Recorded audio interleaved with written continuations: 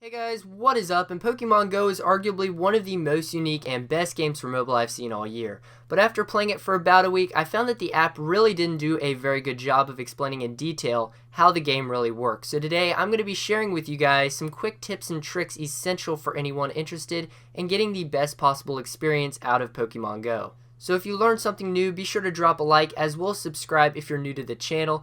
Anyway guys, thanks for watching and let's get straight into the video.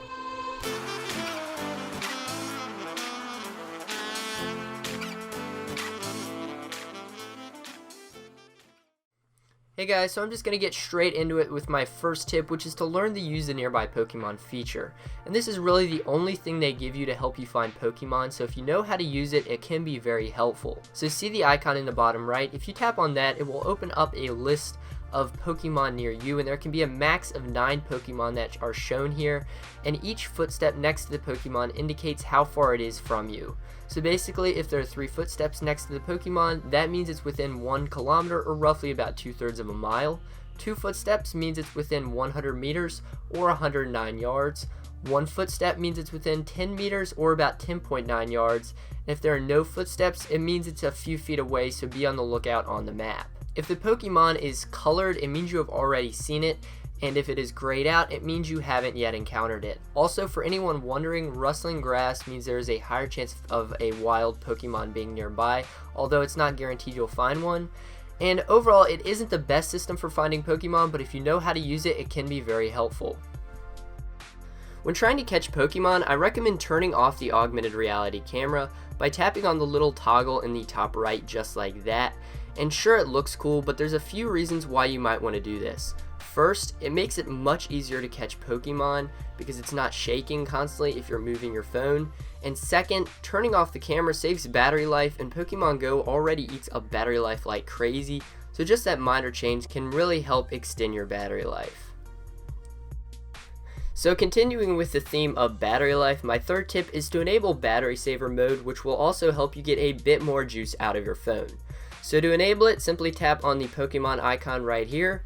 Then you want to tap on the settings icon in the top right, and then tap on the battery saver just right here, and just like that, it's enabled. When trying to catch Pokemon, have you ever wondered what those colored circles around the Pokemon mean? Well, as it turns out, some Pokemon are actually harder to catch than others. When throwing Pokeballs, if the Pokemon has a green circle around it, it means it is the easiest type Pokemon to catch. If it has an orange circle, that means it is harder to catch. And if it has a red circle, it means it is the hardest type Pokemon to catch and has a higher chance of breaking out of your Pokeball. So if you see a Pokemon with a red circle around it, you may want to consider using a raspberry to make catching it a little bit easier. When throwing your Pokeballs to catch Pokemon, the whole goal is to get the Pokeball inside of the white outer circle, right? Well, yes, that is true, but if you want an even higher chance of catching that Pokemon, then try and throw the Pokeball when the inner colored circle is as small as possible. So basically, as you can see here, the green circle gets smaller and bigger, and I just want to wait until it's as small as possible, and the smaller it is when I throw the Pokeball, the higher your chances of catching that Pokemon actually are. Next tip is how to curve your Pokeballs when you throw them, which will give you a 10 XP bonus. All you have to do is simply draw a circle around your Pokeball in whichever direction you want to throw it, and you'll notice it starts to spin. Keep doing that, and after a few seconds you can throw it, and as you can see, it curves around and hits the Pokemon. Now, I really wouldn't recommend doing this to a rare Pokemon if you really want to catch it, because at first it can be kind of tricky, but once you get used to it, it's not that hard, and if it's a common Pokemon that's easy to catch, then this is a great way to earn a little extra XP. So moving on, next up is a myth about Pokemon Go, and I originally wasn't going to include it in this list, but I noticed a lot of places were posting saying that you could actually just throw a Pokeball and retrieve it simply by tapping on it.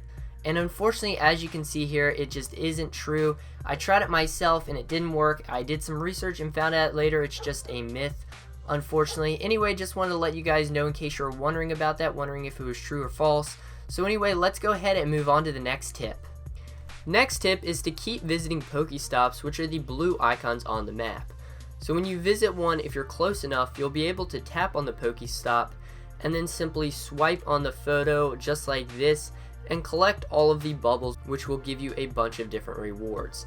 When you're below level 5, you'll only be able to find Pokemon eggs and Pokeballs at the Pokestops, but once you're at level 5, you'll also be able to get a few other things, including potions, which are used to heal your Pokemon after a battle, raspberries, which stops Pokemon from running away when you're trying to catch them, revives, which basically just revives your Pokemon to half health, and finally lucky eggs, which only last for half an hour, but when activated will double your experience you gain during that 30 minutes.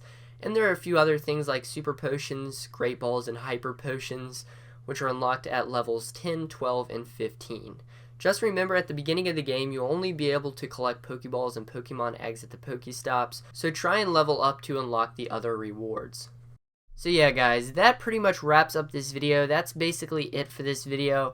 Hopefully you learned a thing or two about Pokemon Go you didn't previously know, and if you did, be sure to drop a like. Also, let me know in the comment section below if you'd like to see any other types of videos like this on the channel. Thanks for watching, and I'll see you guys in my next video.